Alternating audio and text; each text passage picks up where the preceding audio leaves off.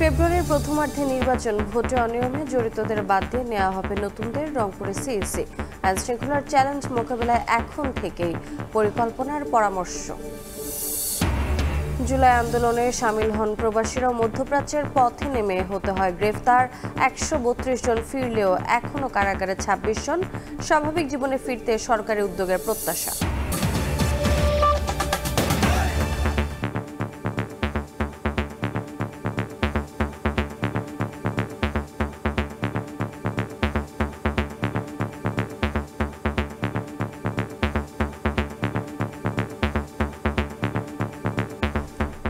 ভোরের সময়ের সঙ্গে আছে আমি রোজা চৌধুরী। ফেব্রুয়ারির প্রথমার্ধে জাতীয় নির্বাচন অনুষ্ঠিত হবে বলে জানিয়েছেন সিইসি এএমএম নাসির উদ্দিন। বিগত ভোটে অনিয়মে জড়িতদের বাদ দিয়ে নতুনদের নেওয়া হবে বলে জানিয়েছেন তিনি। শনিবার সকালে রংপুর আঞ্চলিক নির্বাচন অফিসে মতবিনিময় সভায় সিইসি বলেন, নির্বাচন ঘিরে আইন শৃঙ্খলার চ্যালেঞ্জ মোকাবিলায় প্রস্তুতি। নির্বাচন অনুষ্ঠান করে ডক্টর ইউনূসের জাতির উদ্দেশ্যে ভাষণের পর ফেব্রুয়ারিতে জাতীয় নির্বাচন আয়োজনে ইসিতে চিঠি দেয় প্রধান উপদেষ্টার কার্যালয়। পরদিন ডিসেম্বরের প্রথম দিকে তফসিল ঘোষণার কথা জানায় কমিশন। এবার ফেব্রুয়ারির প্রথমার্ধে ভোটের কথা জানালেন প্রধান নির্বাচন কমিশনার। শনিবার বিকেলে রংপুরের বিভাগীয় কমিশনার হলরুমে আইন শৃঙ্খলা পরিস্থিতি নিয়ে মতবিনিময় সভায় একথা বলেন তিনি। একটা সুন্দর, ক্রেডিবল, গ্রহণযোগ্য ইলেকশন করার জন্য যা যা করার দরকার আমরা তা করব। জাপান বলেন, এর আগে রংপুরে আঞ্চলিক নির্বাচন অফিসে মতবিনিময় সভায় সিইসি বলেন, আগামী নির্বাচনে আইন শৃঙ্খলা পরিস্থিতি বড় চ্যালেঞ্জ, তবে ভোটের সময় ঘনিয়ে এলে অবস্থার উন্নতি হবে। আইন শৃঙ্খলা পরিস্থিতি অনেক ভালো হয়েছে এবং আপনারা দেখবেন, নিশ্চিতভাবেই দেখবেন যে ইলেকশন আস্তে আস্তে দেখবেন, ইলেকশন তারিখ দিনক্ষণ গণে আস্তে আস্তে ইনশাল্লাহ আমার বিশ্বাস অবস্থার আরো উন্নতি হবে। প্রিজাইডিং অফিসার নিয়োগে পরিবর্তন আসবে জানিয়ে সিইসি বলেন, বিগত নির্বাচনে যেসব কর্মকর্তা সমস্যা তৈরি করেছেন তাদেরকে পরিবর্তন করা হবে। এই ধরনের সাথে জড়িত ছিল তাদেরকে যথাসম্ভব ব্যবহার না করার বিষয়টি আমরা চিন্তা করছি। আমি তো মানুষ তো ইনপুট করতে পারবো না, ওই লোকগুলাকে এদিক ওদিক করে আমাদের করতে হবে। আগামী নির্বাচনে কমিশন কারো পক্ষে বা বিপক্ষে নয়, 18 কোটি মানুষের হয়ে কাজ করবে বলেও জানান সিইসি। যতক্ষণ পর্যন্ত আমার অন্তত সেন্স আছে, হুঁশ আছে, অন্তত এতক্ষণ পর্যন্ত আমি কোনো কারো পক্ষে টক্কর নেই। খাদিজা স্বপ্না, সময় সংবাদ। প্রধান উপদেষ্টার নির্বাচনের সময় ঘোষণা ও ইসির তফসিল দেওয়ার মাস নির্ধারণের মধ্য দিয়ে ভোট নিয়ে সংশয় অবিশ্বাসের অবসান হয়েছে বলে মনে করেন বিশ্লেষকরা।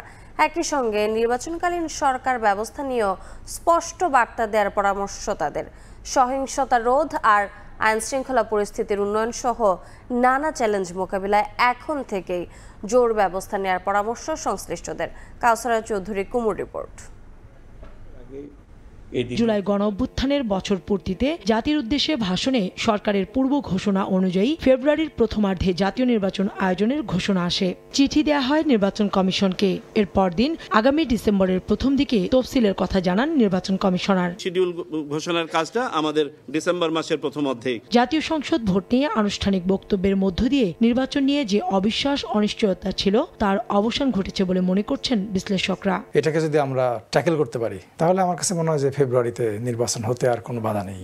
মাঠ পর্যায়ে যে পরিমাণ অস্ত্র, যে পরিমাণ সহিংসতার আশঙ্কা আমি দেখতে পাই, এটা নির্বাচনের জন্য একটা বড় চ্যালেঞ্জ হবে। বিশ্লেষকরা বলছেন, নির্বাচনের ঝুঁকি ঠেকাতে নির্বাচন কমিশন, গোয়েন্দা সংস্থা, আইন শৃঙ্খলা বাহিনী এবং সরকারের সমন্বয় জরুরি। নির্বাচন নিয়ে একটা ঐক্যমত্য দরকার রাজনৈতিক দলগুলোর সাথে, এবং সেখানে নির্বাচন কমিশনকে অন্তর্ভুক্ত করে আর একটা ঐক্যমতের প্রচেষ্টা চালিয়ে যাওয়া দরকার। আমাদের আসলে দরকার একটা সমন্বিত নির্বাচনী নিরাপত্তা ব্যবস্থা। তো এখানে আমরা হয়তো চিন্তা করতে পারি যে আমাদের কি কি রিস্ক আসতে পারে, কি কি ঝুঁকি আসতে পারে, এবং ওই ঝুঁকির এগেনস্টে প্রয়োজনীয় ব্যবস্থা গ্রহণ করা।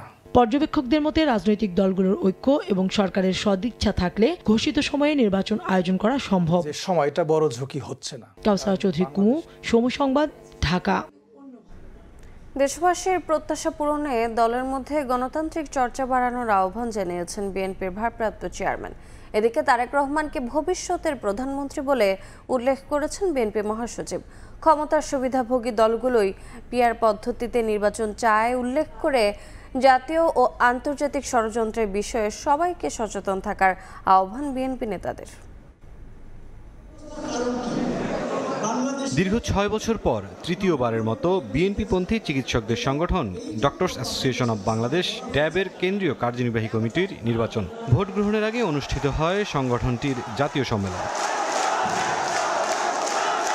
সম্মেলনে প্রধান অতিথি হিসেবে ভার্চুয়ালি যোগ দেন দলের ভারপ্রাপ্ত চেয়ারম্যান। বলেন ৫ আগস্টের পরে নিরপেক্ষ মানুষ বিএনপির কাছে ভালো কিছু পরিবর্তনের প্রত্যাশা করে সবচেয়ে বেশি, তাই দলের মধ্যে গণতান্ত্রিক চর্চা বাড়ানোর তাগিদ দেন তিনি। বিএনপির সবচাইতে বেশি সম্ভাবনা দেশ পরিচালনা করার একটি নির্বাচনের মাধ্যমে অবশ্যই। সেই জন্য বিএনপির কাছে প্রত্যাশা করে বেটার কিছু, ভালো কিছু চেঞ্জ করার, একটি পরিবর্তন আনার। আমাদের দায়িত্ব হচ্ছে আমাদের নেতারা যেই পথ আমাদেরকে দেখিয়ে গিয়েছেন সেই লিগেসিটি আমাদেরকে কন্টিনিউ করতে হবে। জনগণের সমর্থন নিয়ে সরকার গঠন করতে পারলে দলের ৩১ দফা বাস্তবায়নের প্রতিশ্রুতি দেন তারেক রহমান। জনগণের সমর্থন নিয়ে আমরা সরকার গঠনে সক্ষম হলে আপনাদের সকলের সহযোগিতা প্রয়োজন।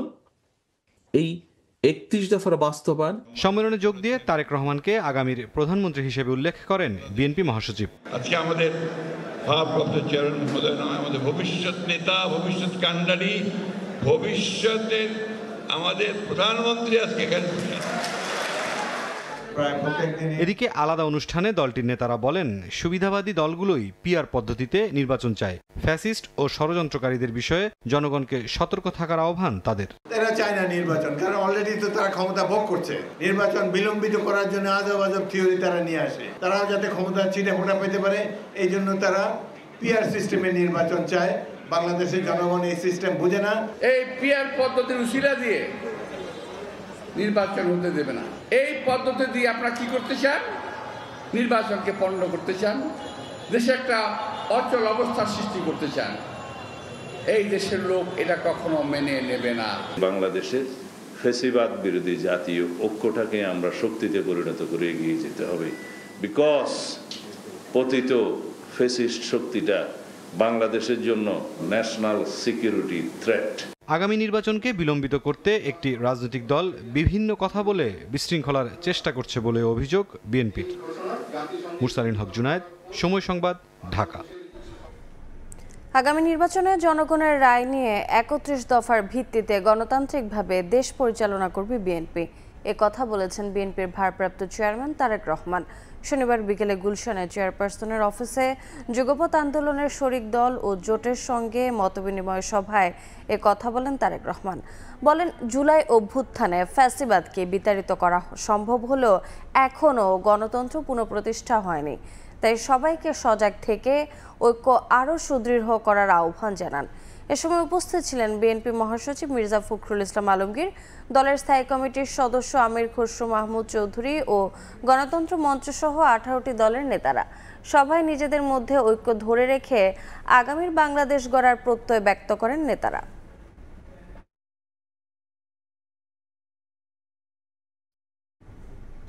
ছাত্র রাজনীতি ইস্যুতে ফের উত্তপ্ত ঢাকা বিশ্ববিদ্যালয়। এ বিষয়ে প্রভোস্ট স্ট্যান্ডিং কমিটি বৈঠক হলেও হয়নি কোনো সিদ্ধান্ত। সিন্ডিকেট সভায় হবে চূড়ান্ত সিদ্ধান্ত। এদিকে ছাত্র শিবির হল কমিটির বিপক্ষে অবস্থান নিলেও প্রত্যাখ্যান করেছে ছাত্রদল। প্রকাশ্য রাজনীতির পরিবর্তে গুপ্ত চর্চা বেশি ক্ষতিকর বলছে বাম সংগঠন।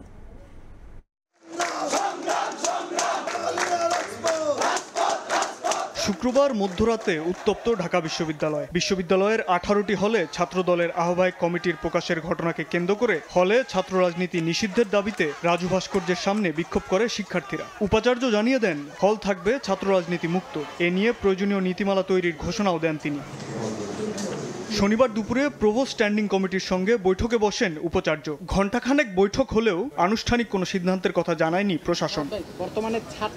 এ ঘটনায় প্রতিক্রিয়া জানিয়েছে বিশ্ববিদ্যালয়ের ক্রিয়াশীল ছাত্র সংগঠনগুলো। হল পর্যায়ে ছাত্র রাজনীতি বন্ধের পক্ষে ছাত্র শিবির আর উপাচার্যের বক্তব্যকে প্রত্যাখ্যান করেছে ছাত্রদল। বিশ্ববিদ্যালয়ের কোনো হলে আমরা কোনো রাজনৈতিক কর্মসূচি এখন পর্যন্ত চালাই নাই। এটা শিক্ষার্থীদের আমাদের কমিটমেন্ট ছিল, প্রশ্ন আবার আসার কথা না। শিক্ষার্থীদের সমন্বিত সাধারণ সভায় যখন শিক্ষার্থীরা যখন যেটা চাইবে পাশ হয়ে আসবে, সেটাই আমরা রেসপেক্ট করব। এটি আমাদের কাছে মনে হয় যে একটি উদ্দেশ্য প্রণোদিত এবং বাংলাদেশকে ঘিরে যে ধরনের রাজনৈতিক ষড়যন্ত্র চালু হয়েছে, এটি একটি ষড়যন্ত্রের অংশ। ছাত্র ইউনিয়নের সভাপতি মেঘমল্লার বসু বলছেন, হলে প্রকাশ্যে ছাত্র রাজনীতি বন্ধ হলেও সুফল মিলবে না, বরং গুপ্ত কার্যক্রমের প্রভাব হবে আরও ক্ষতিকর। হলে কমিটি বন্ধ হয়ে গেলে, হলে প্রকাশ্য রাজনীতি বন্ধ হয়ে গেলে সংকট যেটা হবে, তাতে কিন্তু হলে ছাত্র দলও উঠে যাবে না, ছাত্র শিবিরও উঠে যাবে না, অন্যান্য সংগঠনের আনাগোনাও বন্ধ হবে না, বরং যেটা হবে রাজনীতি গুপ্ত হবে। রাজনীতি গুপ্ত হলে কেউ আর কোনো দায়িত্ব গ্রহণ করবে না। বিশ্ববিদ্যালয় সিন্ডিকেট সভায় ছাত্র রাজনীতির বিষয়ে চূড়ান্ত সিদ্ধান্ত হবে বলেও জানিয়েছে প্রশাসন। শাবাব ওয়াসি, সময় সংবাদ, ঢাকা। ঢাবির ছাত্র সংগঠনগুলোর মধ্যে বোঝাপড়া থাকলে বিদ্বেষমূলক পরিস্থিতি তৈরি হতো না বলে মন্তব্য করেছেন উপদেষ্টা আসিফ মাহমুদ সজীব ভুঁইয়া। বিকেলে রাজশাহীতে এক অনুষ্ঠান শেষে সাংবাদিকদের প্রশ্নের জবাবে কথা বলেন তিনি। ছাত্র রাজনীতি সেটা কিভাবে চলবে বা চলবে কিনা, এটা যদি আগেই ছাত্র সংগঠনগুলো বসে একটা চুক্তি আসতো, এক্ষেত্রে আমার মনে হয় ছাত্রদের দিক থেকেও ছাত্র সংগঠনের প্রতি বা ছাত্র রাজনীতির প্রতি যেই বিদ্বেষমূলক পরিস্থিতি তৈরি হয়েছে, যে মুখোমুখি অবস্থান তৈরি হয়েছে, সেটা হতো না। মনে করি যে আমাদের ছাত্র সংগঠনগুলোর এখানে আরেকটু ম্যাচিওর হওয়ার সুযোগ ছিল। যদিও ঢাকা বিশ্ববিদ্যালয় হলগুলোতে ছাত্র রাজনীতি নিষিদ্ধ করেছে, কিন্তু তারপরেও আরও অনেকগুলো বিষয় আছে যেগুলো ডিসপিউটেড। আমি মনে করি এই বিষয়গুলোতে ছাত্র সংগঠনগুলোর নিজেদের বসে বোঝাপড়া হতে পারে এবং তার ভিত্তিতে আগামীতে চলতে পারে। জুলাই হত্যা মামলায় পাইকারি হারে অজ্ঞাতনামা আসামি থাকায় প্রকৃত অপরাধীরা পার পেয়ে যাচ্ছে বলে অভিযোগ করেছেন গণতান্ত্রিক অধিকার কমিটির সদস্য ও অর্থনীতিবিদ অধ্যাপক আনু মোহাম্মদ। গণঅভ্যুত্থানের বর্ষপূর্তি উপলক্ষে সমাজতান্ত্রিক ছাত্র ফ্রন্টের আলোচনা সভায় এ কথা বলেন তিনি। এদিকে বিচারের সন্তোষজনক অগ্রগতি না হওয়ায় হতাশা ব্যক্ত করেন শহীদ পরিবারের সদস্যরা। নানা ক্ষেত্রে এখনও বৈষম্য বিদ্যমান থাকায় ক্ষোভ প্রকাশ করেন গণঅভ্যুত্থানের সংগঠকরা। জুলাই গণঅভ্যুত্থানের বর্ষপূর্তি উপলক্ষে শনিবার বিকেলে ঢাকা বিশ্ববিদ্যালয়ের রাজু ভাস্কর্যের পাদদেশে জুলাই জাগরণী অনুষ্ঠানের আয়োজন করে সমাজতান্ত্রিক ছাত্র ফ্রন্ট। শহীদদের স্মরণ শীর্ষক আলোচনায় যোগ দেন গণঅভ্যুত্থানে নেতৃত্বদানকারী ছাত্র সংগঠকরা। অভিযোগ করেন, বৈষম্য দূর করতে রক্ত ঝরলেও এখনো ফেসিবাদের মূলোৎপাটন সম্ভব হয়নি। হুকুমদাতা শেখ হাসিনা তার পতন হলেও একটা ব্যবস্থাপনা, যে ব্যবস্থাপনা তৈরি হয়েছে এই একটা বৈষম্যমূলক সমাজ ব্যবস্থার মধ্য দিয়ে, সেই সমাজ ব্যবস্থার পতন হয়নি। বক্তব্য রাখেন শহীদ পরিবারের সদস্যরাও। জুলাই হত্যাযজ্ঞের বিচারের সন্তোষজনক অগ্রগতি না হয় ক্ষোভ প্রকাশ করেন তারা। আজকে প্রায় 1 বছরের উপরে হয়ে গেল, আমরা কিন্তু এই জুলাই হত্যাকাণ্ডের কোনো বিচারের কোনো দৃশ্যমান অগ্রগতি দেখতে পাইনি। না পেরেছেন আমাদের সন্তানের হত্যার বিচার করতে, আর না পেরেছেন তাদেরকে স্বীকৃতি দিতে। অর্থনীতিবিদ অধ্যাপক আনু মোহাম্মদ বলেন, জুলাই হত্যাযজ্ঞের মামলায় পাইকারি হারে অজ্ঞাতনামা আসামি থাকায় প্রকৃত অপরাধীরা পার পেয়ে যাচ্ছে। সরাসরি যারা হত্যা করেছে কিংবা যারা হত্যার নির্দেশ দিয়েছে তাদের বেশিরভাগই এই দেশ থেকে পালিয়েছে। অজ্ঞাতনামা বলে যোগ করে তাদের যেভাবে মামলাগুলো সাজানো হয়েছে তাতে তার গ্রহণযোগ্যতাই নষ্ট হচ্ছে। আসল অপরাধীরা তাতে বেশ ছাড়া পাচ্ছে। জুলাই বিক্রি করে ফায়দা লোটায় জড়িতদের দমন করতে না পারলে নতুন বাংলাদেশের স্বপ্ন অধরাই থেকে যাওয়ার শঙ্কা প্রকাশ করেন বক্তারা। শাকির আহমেদ, সময় সংবাদ, ঢাকা। জুলাই আন্দোলনে গুরুত্বপূর্ণ অবদান ছিল প্রবাসীদের। তাদের রেমিটেন্স শাটডাউনের মতো গুরুত্বপূর্ণ কর্মসূচি সে সময় চাপে ফেলে ফ্যাসিস্ট সরকারকে। মধ্যপ্রাচ্যের রাজপথে প্রতিবাদ জানাতে গিয়ে গ্রেফতার হয়ে সহ্য করতে হয় অমানবিক নির্যাতন। 1 বছর পার হলেও সংযুক্ত আরব আমিরাতের কারাগারে এখনও বন্দী 26 জন বাংলাদেশি। ফিরে আসা প্রবাসীদের অভিযোগ, বারবার যোগাযোগ করা হলেও বন্দীদের ফেরাতে সংশ্লিষ্ট মন্ত্রণালয়গুলো নেয়নি যথাযথ উদ্যোগ। মিজানুর রহমান মিন্টু ও শেখ নুরুল ইসলামের ক্যামেরায় বিস্তারিত জানাচ্ছেন জুম্মান সাদিক জাভলিন। জুলাইয়ের মাঝামাঝিতে নির্বিচার গুলিতে ঝরা ছাত্র জনতার রক্তের উত্তাপ ছাড়িয়ে যায় দেশের সীমারেখা। গণ অভ্যুত্থানে রূপ নিতে থাকা আন্দোলনে সামিল হন প্রবাসীরাও। তৎকালীন শেখ হাসিনা সরকারের জন্য বড় ধাক্কা হয়ে আসে প্রবাসীদের রেমিটেন্স শাটডাউন।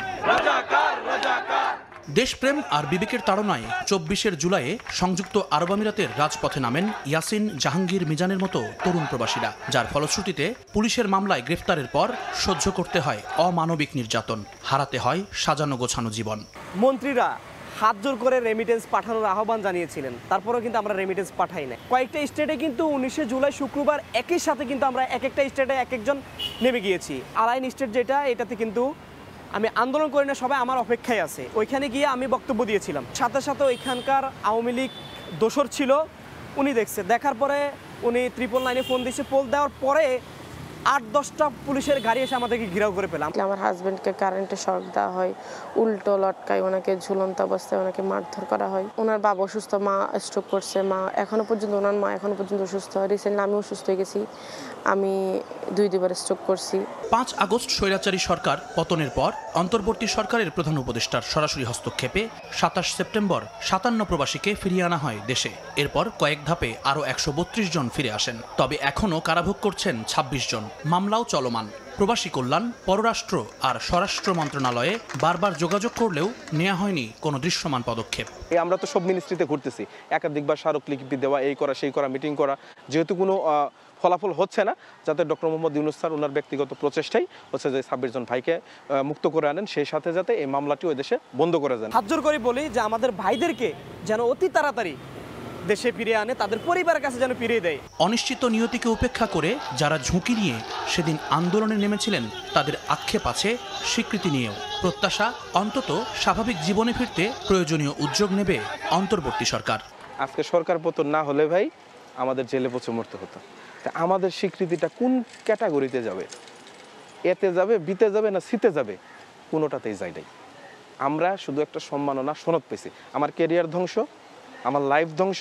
বিশেষজ্ঞরা বলছেন 71-এর মুক্তিযুদ্ধ থেকে 24-এর গণ অভ্যুত্থান প্রবাসীদের অবদানের ন্যূনতম প্রতিদান দিতে ব্যর্থ বিভিন্ন সময় ক্ষমতায় থাকা সরকার। যারা বছরে $30 বিলিয়ন পাঠায়, যারা এই রাষ্ট্রের অর্থনীতির ভিত্তি, 71-এর মুক্তিযুদ্ধ বলেন বা সর্বশেষ জুলাই আন্দোলন বলেন, সবসময় যে প্রবাসীরা দেশের জন্য ভূমিকা রাখার চেষ্টা করেছে, সেই প্রবাসীদের কিন্তু আমরা যথাযথ মর্যাদা পরের কথা, ন্যূনতম যে সম্মান সেটাও কিন্তু আমরা দিতে পারিনি। 2 আগস্ট প্রবাসী কল্যাণ মন্ত্রণালয় থেকে জুলাই আন্দোলনে ভূমিকা রাখা প্রবাসীদের জুলাই রেমিটেন্স যোদ্ধার সম্মাননা সনদ দিলেও আর্থিক অনুদান বা সহায়তা পাননি কেউ। জুম্মান সাদিক, জ্যাভলিন, সময় সংবাদ, ঢাকা। ভোরের সময় আরও থাকছে। 2 ঘন্টা পর গাজীপুরে পদ্মা এক্সপ্রেসের লাইনচ্যুত বগি উদ্ধার। ঢাকার সঙ্গে উত্তরবঙ্গের ট্রেন যোগাযোগ স্বাভাবিক। শিডিউল বিপর্যয়ে যাত্রীদের ভোগান্তি। বন্ধ থাকার পর গাজীপুরের জয়দেবপুরে ঢাকার সঙ্গে উত্তরবঙ্গের রেল চলাচল স্বাভাবিক হয়েছে। তবে এখনও আটকে আছে ইঞ্জিন। ব্রডগেজ থেকে মিটার গেজ লাইনে প্রবেশ করাই দুর্ঘটনার কারণ বলছে রেল বিভাগ। তদন্ত করে ব্যবস্থা নেওয়া হবে বলে জানান সংশ্লিষ্ট কর্মকর্তা। 2 ঘন্টা আটকে থাকার পর আবারও স্বাভাবিক হলো ঢাকার সঙ্গে উত্তরবঙ্গের রেল চলাচল। এর আগে রাজশাহী থেকে ছেড়ে আসা পদ্মা এক্সপ্রেস ট্রেনটি গাজীপুরের জয়দেবপুর জংশনে প্রবেশ করার সময় পয়েন্ট ভুল করে। এতে ব্রডগেজ লাইন থেকে মিটার গেজ লাইনে প্রবেশ করায় ট্রেনের ইঞ্জিন ও 2টি বগি লাইনচ্যুত হয়। বন্ধ হয়ে যায় উত্তরবঙ্গের সঙ্গে ট্রেন চলাচল। রেল ক্রসিংয়ের উপর আটকে পড়ায় বন্ধ ছিল সড়ক পথ। এতে রেলযাত্রীদের পাশাপাশি ভয়াবহ ভোগান্তিতে পড়েন শত শত মানুষ। দাঁড়াছিলাম প্রায় ঘন্টা হয়নি, লাইন ক্লিয়ার দিছে, অনেক পর্যন্ত আইস 1 ঘন্টা 1.5 ঘন্টা মতো আমরা বসে আছিলাম বাউলা গাজীপুর। 8:30 বাজে ট্রেন, এখানে লাইন বন্ধ কথা বইলা ওই জায়গায় লেট হয়েছে।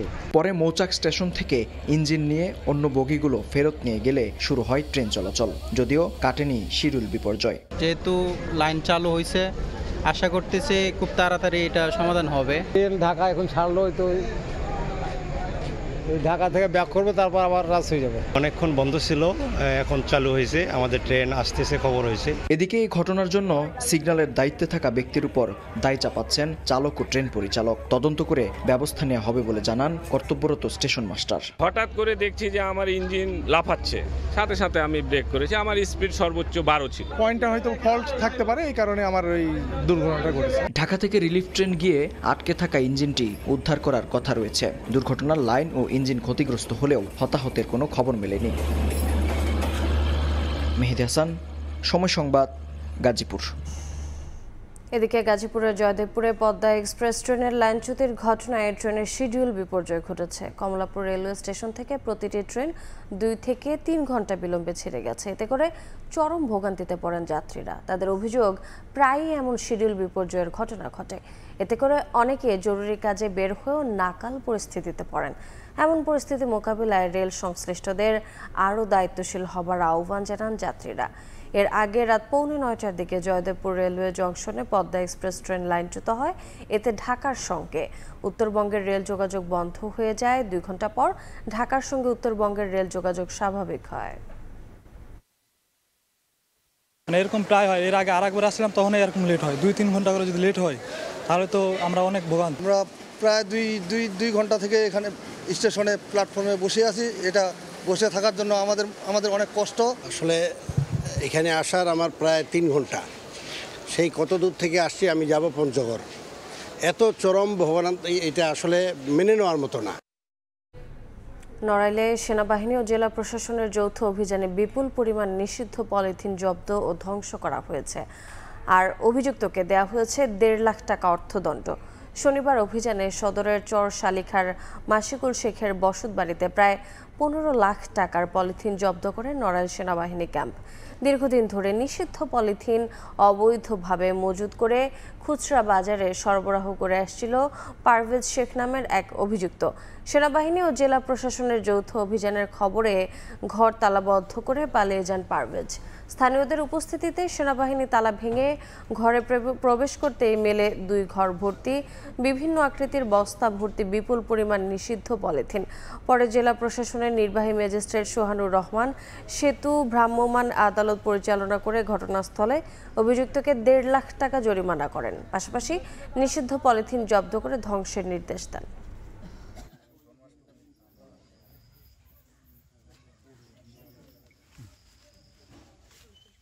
যৌথ অভিযানে আজকে বিপুল পরিমাণ পলিথিন উদ্ধার করা হয়েছে এখানে, যেটা আর কি পরিবেশ আইন 1995-এর আইন বিরোধী। আমরা সেই প্রেক্ষিতে এটা পলিথিনগুলি জব্দ এবং ধ্বংসের আদেশ দিয়েছি এবং পাশাপাশি এটা রাখার অপরাধের শাস্তি হিসেবে 1.5 লক্ষ টাকা জরিমানা করেছি। সাংবাদিক তুহিনকে হত্যায় গ্রেফতার 8 আসামির মধ্যে 7 জনকে 2 দিন করে রিমান্ডে নেওয়া হয়েছে। এই মামলার অভিযোগপত্র 15 দিনের মধ্যে দেয়া হবে বলে জানিয়েছে গাজীপুর মহানগর পুলিশ কমিশনার। 5 আগস্টের পর বন্ধ হয়ে যাওয়া গার্মেন্টসের বেকার শ্রমিকরা হানি ট্র্যাপ সহ নানা উপকর্মে জড়িয়ে পড়ছে বলেও জানান কমিশনার। অপরাধীদের মধ্যে নেই কোনো অনুশোচনা, উল্টো ছুড়ে দিচ্ছে একের পর এক দমভক্তি। গাজীপুরের সাংবাদিক তুহিন হত্যায় সরাসরি অংশ নেওয়া কেটু মিজান সহ গ্রেফতারকৃতদের শনিবার সংবাদ সম্মেলনে হাজির করে পুলিশ। তাদের কারো চোখে মুখেই ছিল না দুশ্চিন্তা। হানি ট্র্যাপ চক্রের সদস্যদের অপকর্মের ভিডিও ধারণ করাই কাল হয়েছিল সাংবাদিক তুহিনের। এ তথ্য জানিয়ে পুলিশ কমিশনার জানান, 5 আগস্টের পর বন্ধ হয়ে গেছে অসংখ্য গার্মেন্টস। এতে বেকার হয়ে পড়েছে অনেক শ্রমিক, তারাই জড়িয়ে পড়ছে হানি ট্র্যাপ সহ নানা অপকর্মে। যে কোনো জায়গায় আপনি যখন কর্মসংস্থান বন্ধ হয়ে যায় তখন সেখানে ক্রাইম বেড়ে যায়। শুধুমাত্র ভিডিও ক্লিপটি ধারণ করার জন্যই এই ঘটনাটি ঘটেছে। কেটু মিজানের নামে এর আগেও 15টি মামলা রয়েছে। পোড়াবাড়ি ক্যাম্পে আলাদা সংবাদ সম্মেলনে র্যাব 1 জানায় তুহিন হত্যাকাণ্ডে জড়িত থাকার কথা স্বীকার করেছে গ্রেফতার হওয়া অন্যতম আসামি স্বাধীন। গ্রেফতারের পরে সে সমস্ত ঘটনার বর্ণনা দিয়েছে এবং সে এই ঘটনার সাথে জড়িতর কথা স্বীকার করেছে। তুহিন হত্যার বিচারের দাবিতে শনিবারও রাজপথে নামেন গণমাধ্যম কর্মীরা। রাজবাড়ী, ফরিদপুর, মাদারীপুর, নরসিংদী ও চাঁদপুর সহ বিভিন্ন জেলায় মানববন্ধন করেন তারা। সাংবাদিক হত্যার পুনরাবৃত্তি ঠেকাতে সরকারকে কার্যকর পদক্ষেপ নেওয়ার আহ্বান জানান বক্তারা। অন্যায়ের প্রতিবাদ করতে গেলে আমাদের সাংবাদিক ভাইয়েরা নির্মমভাবে খুন হচ্ছেন সেই সন্ত্রাসীদের হাতে। এদেশের মানুষ এখনো নিরাপত্তাহীনতায় ভুগছে। এদেশের মানুষ, সাধারণ মানুষ স্বাভাবিকভাবে চলতে পারে না। শুধু তুহিন নয়, সাগররনী সহ সব সাংবাদিক হত্যা ও নির্যাতনের বিচার দাবি করেন সংবাদকর্মীরা। ফাহরিয়া ফারজানা, সময় সংবাদ। লাইব্রেরি না থাকার ধারণা ভুল প্রমাণিত হয়েছে বলে জানালেন ডক্টর সলিমুল্লাহ খান। রাজধানীর বারিধারা পার্কে পল্লীকবি জসীমউদ্দিনের নামে পাঠাগার উদ্বোধনী অনুষ্ঠানে এমন মন্তব্য করেন তিনি। শনিবার বিকেলে আয়োজিত এই অনুষ্ঠানে প্রধান অতিথি হিসেবে উপস্থিত ছিলেন ঢাকা উত্তর সিটি কর্পোরেশনের প্রশাসক জনাব মোহাম্মদ এজাজ। এই উদ্যোগের মাধ্যমে কবির প্রতি সম্মান প্রদর্শন হয়েছে বলে জানান ডক্টর সলিমুল্লাহ খান। এ সময় ভবিষ্যতে ঢাকা শহরে আরও 50টি পাঠাগার স্থাপন ও সংস্কৃতি কেন্দ্র বৃদ্ধির পরিকল্পনা রয়েছে বলে আশাবাদ ব্যক্ত করেন ডিএনসিসি প্রশাসক।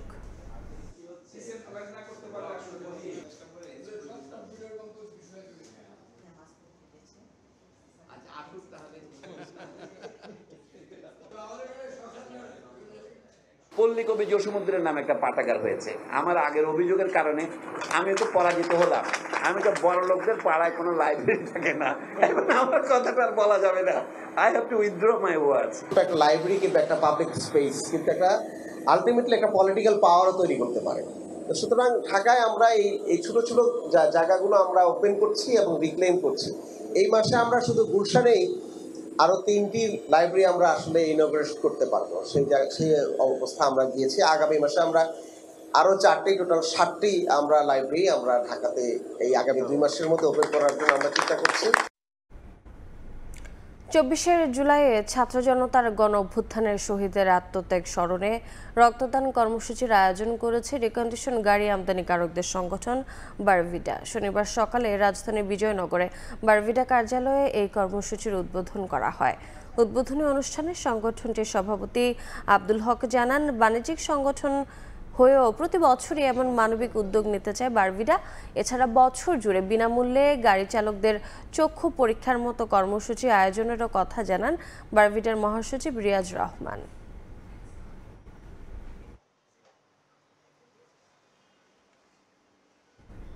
পটুয়াখালীতে বিনামূল্যে চিকিৎসা সেবা ও ওষুধ বিতরণ করেছে নৌবাহিনী। শনিবার সকালে বিচ্ছিন্ন দ্বীপ উপজেলার রাঙ্গাবালিতে মডেল মাধ্যমিক বিদ্যালয় মাঠে 7 শতাধিক নারী, পুরুষ ও শিশুকে বিনামূল্যে ওষুধ ও স্বাস্থ্যসেবা দেওয়া হয়। নেভি ট্রেনিং অ্যান্ড ডকট্রিন কমান্ডের তত্ত্বাবধানে এবং বানৌজা শেরেবাংলা ঘাঁটির ব্যবস্থাপনায় এ স্বাস্থ্যসেবা হয়। এতে খুশি সুবিধাভোগীরা।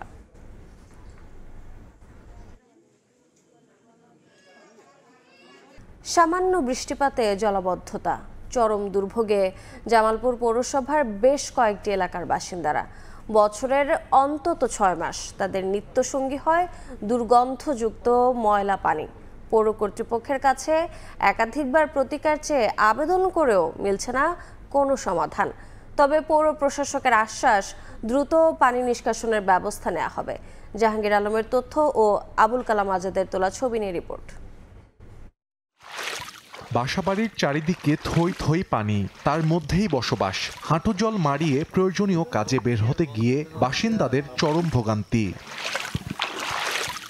জামালপুর পৌরসভার কাচারিপাড়া, ফকিরবাড়ি, মুসলিমাবাদ, ছনকান্দা, পূর্ব ডাকপাড়া এলাকাসহ 4টি ওয়ার্ডের 5 শতাধিক মানুষ পানিবন্দী অবস্থায় মানবেতর জীবনযাপন করছেন। তারা বলছেন, সামান্য বৃষ্টিতেই রাস্তাঘাট ও বাড়িঘর তলিয়ে যায়। কোথাও বছরের 6 মাসেও নামে না পানি। বৃষ্টি হলে বাড়িঘর বেরোতে পারি না। 3.5 মাস যাবতে পানির মধ্যে চলাফেরা করতেছি। পানিও চলাফেরা করতে করতে আমরা হাত পায়ে ঘা হয়ে গেছে। এই পানিগুলো যদি আমরা একটু বাইরে না করে দেয় সমস্যার কারে, তাহলে তো আমার অনেক সমস্যা।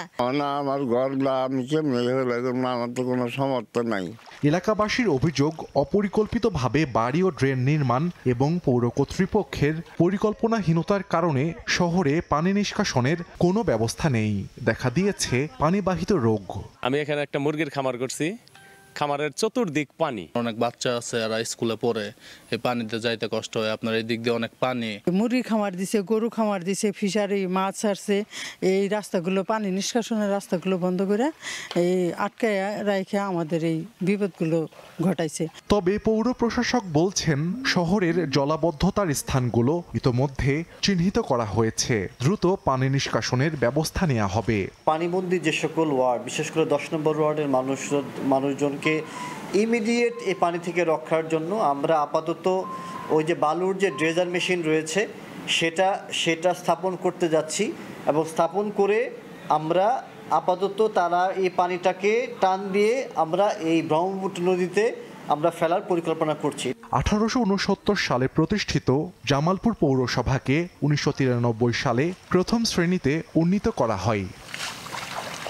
সময় সংবাদ, জামালপুর।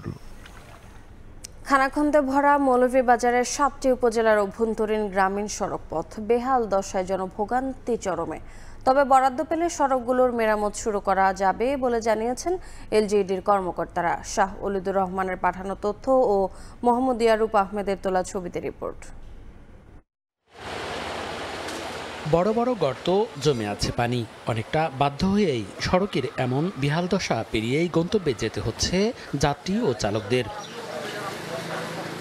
স্থানীয়রা জানান 2024 সালের 4 দফা বন্যায় এলজিডির আওতাভুক্ত মৌলভীবাজারের সবকটি উপজেলার গ্রামীণ সড়কের বিভিন্ন পর্যায়ে 437 কিলোমিটার ক্ষতিগ্রস্ত হয়। সড়কগুলো ঠিক করার আগেই চলতি বছরের টানা ভারী বর্ষণ ও উজানের পাহাড়ি ঢলে অবকাঠামো একদমই ভেঙে পড়ে। এতে দুর্ভোগে পড়েন স্থানীয়রা। ভাঙা রাস্তাঘাটের কারণে প্রভাব পড়েছে ব্যবসা বাণিজ্যেও। হাটবাজারে লোকের উপস্থিতি কমে যাওয়ায় লোকসানে দোকানিরা। খুবই দুর্ভোগের মধ্যে আছে। এই দুর্ভোগ অবর্ণনীয়, এটা শুধু আমরাই বলতে পারবো। এখানে পণ্য পরিবহনের গাড়িগুলো আসতে চায় না, আমরা মাল প্রোডাক্ট আনতে পারতেছি না। আমরা অবস্থাটা খুব বেশি খারাপ। আটুমা গাড়া এখন জায়গা আমরা গাড়ি চালাইতে গিয়ে বড় পরিশ্রম। আমরা ডিসি সাহেবের কাছে বিনীত অনুরোধ জানাচ্ছি যে আমাদের রাস্তাটা দ্রুত কাজ করার জন্য। এই অবস্থায় বরাদ্দ পেলে সংস্কার কাজ শুরু করার আশ্বাস দেন এলজিডির স্থানীয় কর্মকর্তা। 2025 সালে আমাদের যে প্রোগ্রাম, নতুন মেরামতের যে প্রোগ্রাম আছে, এই অতিবৃষ্টিতে যে রাস্তাগুলো ক্ষতিগ্রস্ত হয়েছে এইগুলো আমরা 2025 সালের প্রোগ্রামে প্রায়োরিটি বেসিসে আমরা মেরামত করব। 2024 এবং চলতি বছরের বন্যায় গ্রামীণ সড়কের ক্ষতি হয়েছে অন্তত প্রায় 1000 কোটি টাকার উপরে। সময় সংবাদ, মৌলভীবাজার। সময়। ফুটপাত ছাপিয়ে সড়কের বেশিরভাগ দখল করে রমরমা ব্যবসা হকারদের। 4 বছর ঘুরতে না ঘুরতে সিলেটে ভেস্তে গেছে কোটি টাকার হকার পুনর্বাসন উদ্যোগ। এমন পরিস্থিতিতে যানজটে নাকাল নগরবাসী। তাদের অভিযোগ, সিটি কর্পোরেশনের নজরদারি শিথিল হওয়ায় ফের বেদখলে নগরীর ফুটপাত। তবে নগর কর্মকর্তারা বলছেন, শিগগিরই সম্মিলিত প্রচেষ্টায় হকারদের নির্ধারিত স্থানে ফিরিয়ে নেওয়া হবে। নৌশাদ আহমেদের ছবিতে অপু বণিকের রিপোর্ট।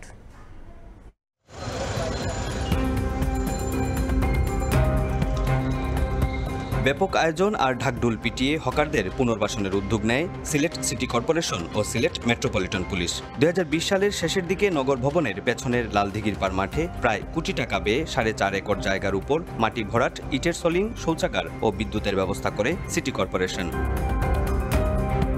শুরুতে হকাররা লালদিঘির পারে ব্যবসা করলেও বর্তমানে সেখানে তাদের সংখ্যা নগণ্য। মধুবন, হাসান মার্কেট, নাগরি চত্বর, রিকাবি বাজার, চৌহাট্টা, আম্বরখানা, লালদিঘির পার, শিবগঞ্জ সহ নগরীর সব গুরুত্বপূর্ণ পয়েন্টে সকাল থেকে রাত পর্যন্ত সড়কের একটা পাশ দখল করে বসছেন হকাররা। এতে রাস্তা সরু হয়ে যানজটে জনভোগান্তি চরমে। রাজনীতি প্রেক্ষাপট বদলিছে, কিন্তু তারা এখনো মাইন্ডের কোনো চেঞ্জ হয়েছে না। সেইটা আমি মনে করি যে সিটি কর্পোরেশন, পুলিশ প্রশাসন এরা যদি একটু গুরুত্ব দিতে বা হইতে জিনিসটা একটু ভালো হইল। কোনো একটি মহল চাঁদাবাজি করতেছে, চাঁদাবাজির সুযোগ নিয়ে যারা হকার রয়েছেন তাদেরকে রাস্তায় আপনার ব্যবসা বাণিজ্য করার সুযোগ করে দিচ্ছেন। সরকারি রাস্তা দখল করে ওরা অবৈধভাবে ব্যবসা করতেছে, এই জন্য হয়রানি হইতেছে, মানুষ হয়রানি হইতেছে, গাড়িগুলো ঠিক মতো আপনার যেতে পারতেছে না। তবে হকারদের দাবি, রাজনৈতিক পট পরিবর্তনে থমকে যায় হকার পুনর্বাসনের উদ্যোগ।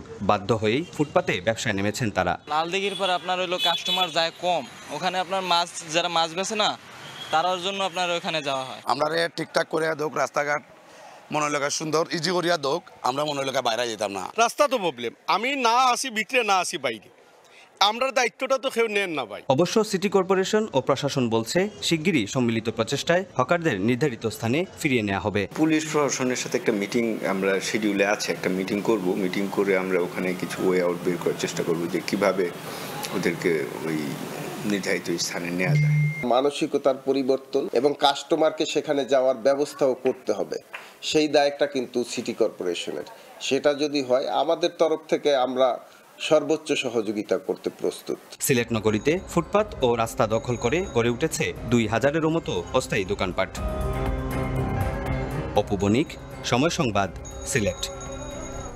স্থাপনের প্রায় 2.5 বছর পার হলেও এখনও চালু হয়নি সুনামগঞ্জ সদর হাসপাতালের 10 শয্যার আইসিইউ। এতে সরকারি স্বাস্থ্যসেবা বঞ্চিত হচ্ছেন হাওড়াঞ্চলের মানুষ। কর্তৃপক্ষ বলছে, হাসপাতালে রয়েছে জনবল সংকট। জানিয়েছে, আইসিইউ ইউনিটের জন্য প্রয়োজনীয় জনবল চেয়ে সংশ্লিষ্ট দপ্তরে চিঠি দেওয়া হলেও পাওয়া যায়নি। হিমাদ্রি শেখর ভদ্রের তথ্য ও এবাদুল হক রুজেলের ছবিতে রিপোর্ট। 2023 সালের মার্চে সুনামগঞ্জ সদর হাসপাতালে 10 শয্যার আইসিইউ ইউনিট স্থাপন করা হয়। তবে 10 কোটি 66 লাখ টাকা ব্যয়ে স্থাপনের প্রায় 2.5 বছর পার হলেও এখনও শুরু হয়নি আইসিইউর কার্যক্রম।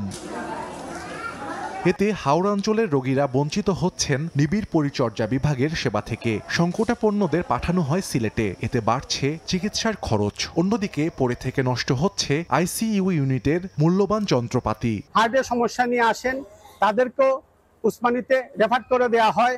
অ্যাক্সিডেন্ট জনিত কারণে যেসব রোগীরা আসেন, তাৎক্ষণিক যাদের সিসিউ দরকার তাদেরকেও সেখানে রাখা যায় না। যেহেতু একটা রোগী মুমূর্ষ, এই 68 কিলোমিটার জায়গায় যেতে যেতে পথিমধ্যে অনেক রোগী প্রাণ হানি ঘটে। জনবলের সংকট যদি এইসব জায়গায় থাকে তাহলে তো সাধারণ মানুষ এখানে সেবা পাবে না। হাসপাতালটা নামে মাত্রই আছে, ইমার্জেন্সিতে গেলে যে কিছু ট্যাবলেট দেয়, প্যারাসিটামল, নাফা যেটা কমন, এইগুলোই কোনো ওষুধপত্র সঠিকভাবে সরবরাহ করে না। হাসপাতাল কর্তৃপক্ষ বলছে 66 জন চিকিৎসক পদের বিপরীতে কর্মরত 32 জন, আর 261 জন নার্সের বিপরীতে আছেন 141 জন। অন্যান্য পদেও রয়েছে জনবল সংকট। আইসিইউ ইউনিট চালু করতে সংশ্লিষ্ট দফতরে বারবার চিঠি দিয়েও মিলছে না জনবল। ফ্যাসিলিটিস আছে, বাট ওই ডাক্তার না থাকায় আমরা এটা চালু করতে পারতেছি না। সরকার যদি প্রয়োজনীয় জনবল সরবরাহ করে তাহলে এটা চালু করা সম্ভব। সুনামগঞ্জ সদর হাসপাতালের বহির্বিভাগ ও অন্তবিভাগে প্রতিদিন চিকিৎসা সেবা নেন গড়ে 2500 রোগী। সময় সংবাদ, সুনাম। বর্ষাতে মৌসুমের শুরুতেই মৌলভীবাজারের সবকটি হাওর পাড়ে ব্যাপকভাবে রোপা আমন চাষাবাদ চলছে। বেশি আবাদের লক্ষ্যে কৃষকদের বিনামূল্যে সার ও নতুন জাতের বীজ, ধান বিতরণ করেছে কৃষি বিভাগ। বৈরী আবহাওয়ার সম্মুখীন না হলে এবার ভালো ফলনের আশা কৃষকদের। শাহ অলিদুর রহমানের পাঠানো তথ্য ও মোহাম্মদ ইয়ারুপ আহমেদের ছবিতে রিপোর্ট। বৃষ্টির পানি পেয়ে ফসলি জমিগুলো একেবারে নরম কোমল হয়ে উঠেছে। তাই তো মনু নদী পাড়ের কৃষক পরম যত্নে জমি প্রস্তুতের পর চারা রোপণ করছেন।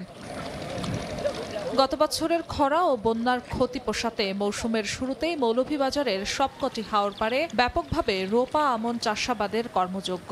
অধিক পরিমাণে আবাদের লক্ষ্যে সরকার থেকে কৃষকদের বিনামূল্যে সার ও নতুন জাতের বীজ বিতরণ করা হয়। গত বছর তো আমরা খরা এটার মাইজা খাইছিলাম, এবার ইনশাল্লাহ দেখা যায় আবহাওয়া ভালো আছে। কৃষি বিভাগের অনুযায়ী একটা পরামর্শ অনুযায়ী আমরা একটা নতুন ধান রোপণ করলাম। আগামীতে যদি উপরালা দেওয়া যায় আগামীতে ফসল ভালো হয়। আর অঞ্চলে আমরা ওখানেও কিছু জলাবদ্ধতার কারণে আমরা আমন চাষ করতাম পারতাম না। সময় মতো যদি আমরা আরো আমন চাষ না করতাম পারি, সঠিক ফলন পাইতাম না। উচ্চ ফলনশীল নতুন জাতের ধান আবাদ করায় এবছর প্রতি হেক্টরে 2.97 মেট্রিক টন ধান উৎপাদনের আশা কৃষি বিভাগের। বিধান 103 সহ বেশ কিছু নতুন জাত কিন্তু আমরা ইন্ট্রোডিউস করতে পেরেছি। এর জন্য এবছর আমনের চাষাবাদ একটু বেড়ে যাবে আশা করতেছি। কৃষি বিভাগের দেয়া তথ্য মতে জেলায় এবার 98,035 হেক্টর জমিতে রোপা আমন আবাদের লক্ষ্যমাত্রা নির্ধারণ করা হয়েছে, যা থেকে উৎপাদন ধরা হয়েছে 2,91,059 মেট্রিক টন। সময় সংবাদ, মৌলভীবাজার। সিংহ বিভাগে প্রায় 40 ভাগ প্রাথমিক বিদ্যালয়ে নেই প্রধান শিক্ষক। অনেক বিদ্যালয়ে সংকট রয়েছে সহকারী শিক্ষকেরও। এতে একদিকে যেমন পাঠদানে ব্যাঘাত ঘটছে, অন্যদিকে বেশিরভাগ বিদ্যালয়ে শিক্ষার্থী কমছে আশঙ্কাজনক হারে। কর্তৃপক্ষ বলছে সংকট নিরসনে কাজ করছে শিক্ষা বিভাগ। ওবায়দুল হকের রিপোর্ট, ছবি তুলেছেন হোসেন আলী।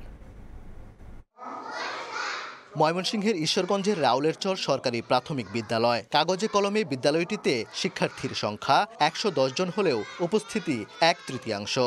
অনুমোদিত 5 শিক্ষকের পদ থাকলেও নেই প্রধান শিক্ষক। মাত্র 2 জন সহকারী শিক্ষক দিয়েই চলছে একাডেমিক কার্যক্রম। এতে ব্যাহত হচ্ছে পাঠদান, ক্রমেই কমছে শিক্ষার্থী। এ চিত্র জেলার বেশিরভাগ স্কুলের। প্রাক প্রাথমিক এবং প্রথম শ্রেণী একত্রে করে আমরা পাঠদানটা নিয়ে নিই আমাদের শিক্ষক সংকটের কারণে। দুজনের মধ্যে একজন বিভিন্ন অফিসিয়াল কাজে যাইতে হয়, তখন শুধু একজন শিক্ষক থাকে। মাস্টারের কারণে আরো গাফিলতি বেশি।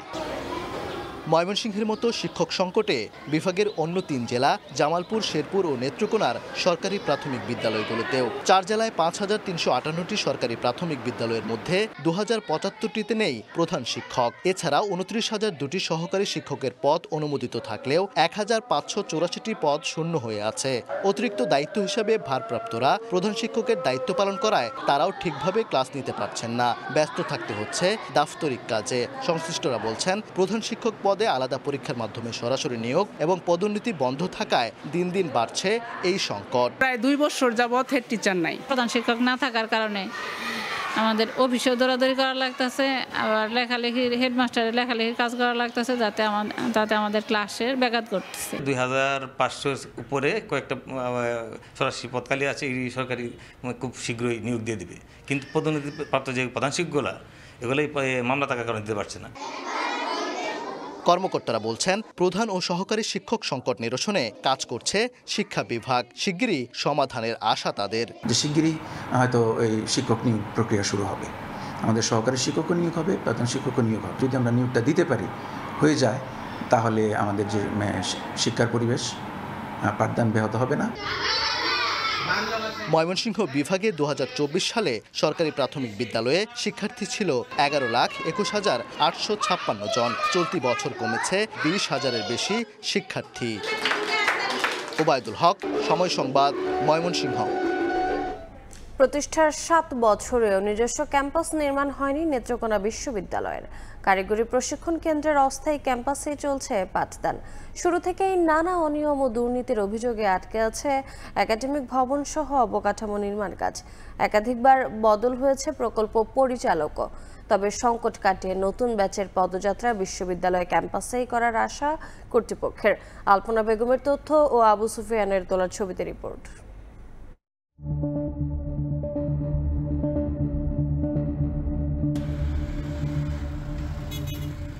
জেলার রাজুর বাজার কারিগরি প্রশিক্ষণ কেন্দ্রে অস্থায়ীভাবে 2018 সালে প্রতিষ্ঠিত হয় নেত্রকোনা বিশ্ববিদ্যালয়, কিন্তু প্রতিষ্ঠার 7 বছরেও নিজস্ব ক্যাম্পাসে যেতে পারেনি প্রতিষ্ঠানটি। বিশাল বাজেটে মোহনগঞ্জ সড়কের পাশে 500 একর জায়গা নিয়ে ভূমি অধিগ্রহণ করা হয়। মাত্র 2টি ভবনের কাজ দৃশ্যমান হলেও ততদিনে প্রথম ও দ্বিতীয় ব্যাচের শিক্ষার্থীদের অনার্স শেষ হয়ে যায় অস্থায়ী ক্যাম্পাসে, যার কারণে বিঘ্নিত হয়েছে টিটিসির প্রশিক্ষণ কার্যক্রমেও।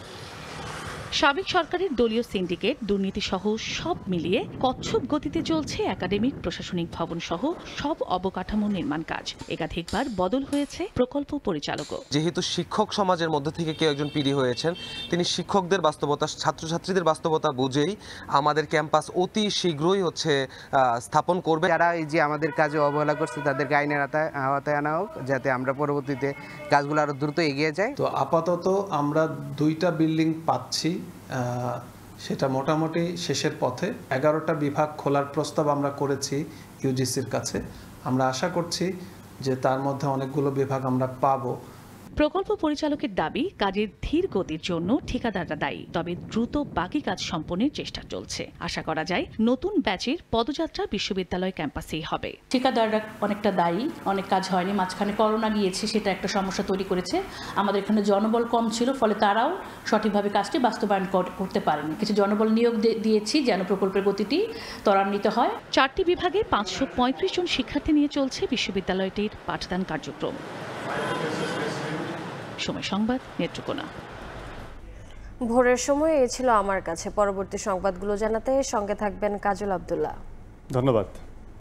লন্ডনের পার্লামেন্ট স্কোয়ারে প্যালেস্টাইন অ্যাকশন সংগঠন নিষিদ্ধের প্রতিবাদে বিক্ষোভে 150 জনকে আটক করেছে মেট্রোপলিটন পুলিশ। স্থানীয় সময় শনিবার পার্লামেন্ট স্কোয়ারে জড়ো হয়ে স্লোগান ও প্লাকার্ড হাতে বিক্ষোভে অংশ নেয় শত শত মানুষ। বিক্ষোভকারীদের অনেকে গলায় কালো সাদা ফিলিস্তিনি ক্যাফি এড পরে স্লোগান দেন। এ সময় পুলিশের সঙ্গে বিক্ষোভকারীরা তর্কে জড়িয়ে পড়েন।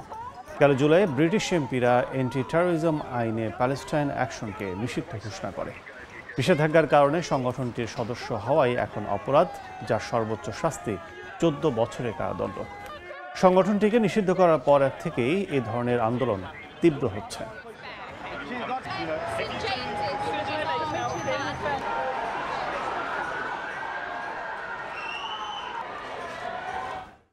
ইউক্রেনের প্রেসিডেন্ট ভলোদিমির জেলেনস্কি ভূখণ্ড অদল বদলের প্রস্তাব সরাসরি প্রত্যাখ্যান করায় মার্কিন প্রেসিডেন্টের কড়া রোষানলে পড়তে পারেন বলে জানিয়েছে মার্কিন গণমাধ্যম।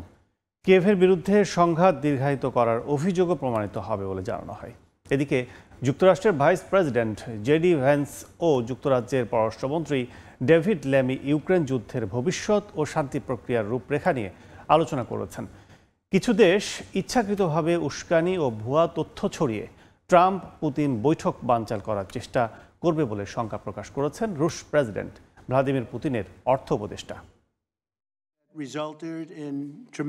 ক্ষমতায় আরোহণের পর থেকেই ইউক্রেন যুদ্ধে সরাসরি জড়িয়ে আছেন মার্কিন প্রেসিডেন্ট ডোনাল্ড ট্রাম্প। এবার যুদ্ধের অবসান করতে রুশ প্রেসিডেন্ট ভ্লাদিমির পুতিনের সঙ্গে সরাসরি বৈঠকে বসবেন তিনি। ট্রাম্প জানান, শান্তি চুক্তি বাস্তবায়নে কিয়েভ ও মস্কোর মধ্যে কিছু ভূখণ্ড অদলবদল হতে পারে। তবে মার্কিন প্রেসিডেন্টের এর দাবি সরাসরি প্রত্যাখ্যান করেছেন ইউক্রেনের প্রেসিডেন্ট ভলোদিমির জেলেনস্কি। জেলেনস্কির এমন ট্রাম্প বিরোধী অবস্থান তাকে বিপদে ফেলতে পারে বলে জানিয়েছে মার্কিন গণমাধ্যম নিউ ইয়র্ক টাইমস। কারণ এর আগে ট্রাম্প দাবি করেছেন যে কিয়েভ শান্তির জন্য প্রস্তুত না। এছাড়া মস্কো অভিযোগ করে আসছে হার প্রায় নিশ্চিত জেনেও জেলেনস্কি বাস্তবতা অস্বীকার করে অযথা সংঘাতে দীর্ঘায়িত করছেন।